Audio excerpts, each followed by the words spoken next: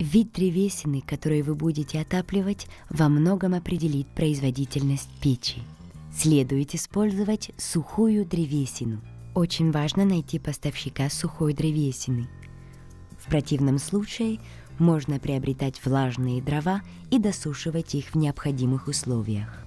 Свеженарубленные дрова могут содержать до 60 или даже до 80% влаги. Никакой вид дерева не будет хорошо гореть, если дрова будут слишком сырыми. Сырое дерево будет производить много дыма, а значит в дымоходе будет откладываться сажа, криозот, и стеклянная дверца печи будет загрязняться. Правильно высушенная древесина содержит менее 20% влаги.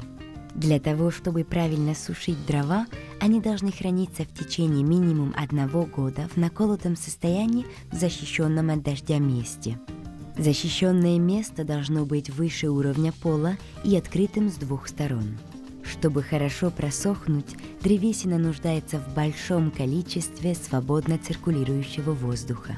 Наколотые дрова сохнут и сжигаются намного лучше, чем большие круглые бревна. Ваша печь также может топиться каменным углем и брикетами.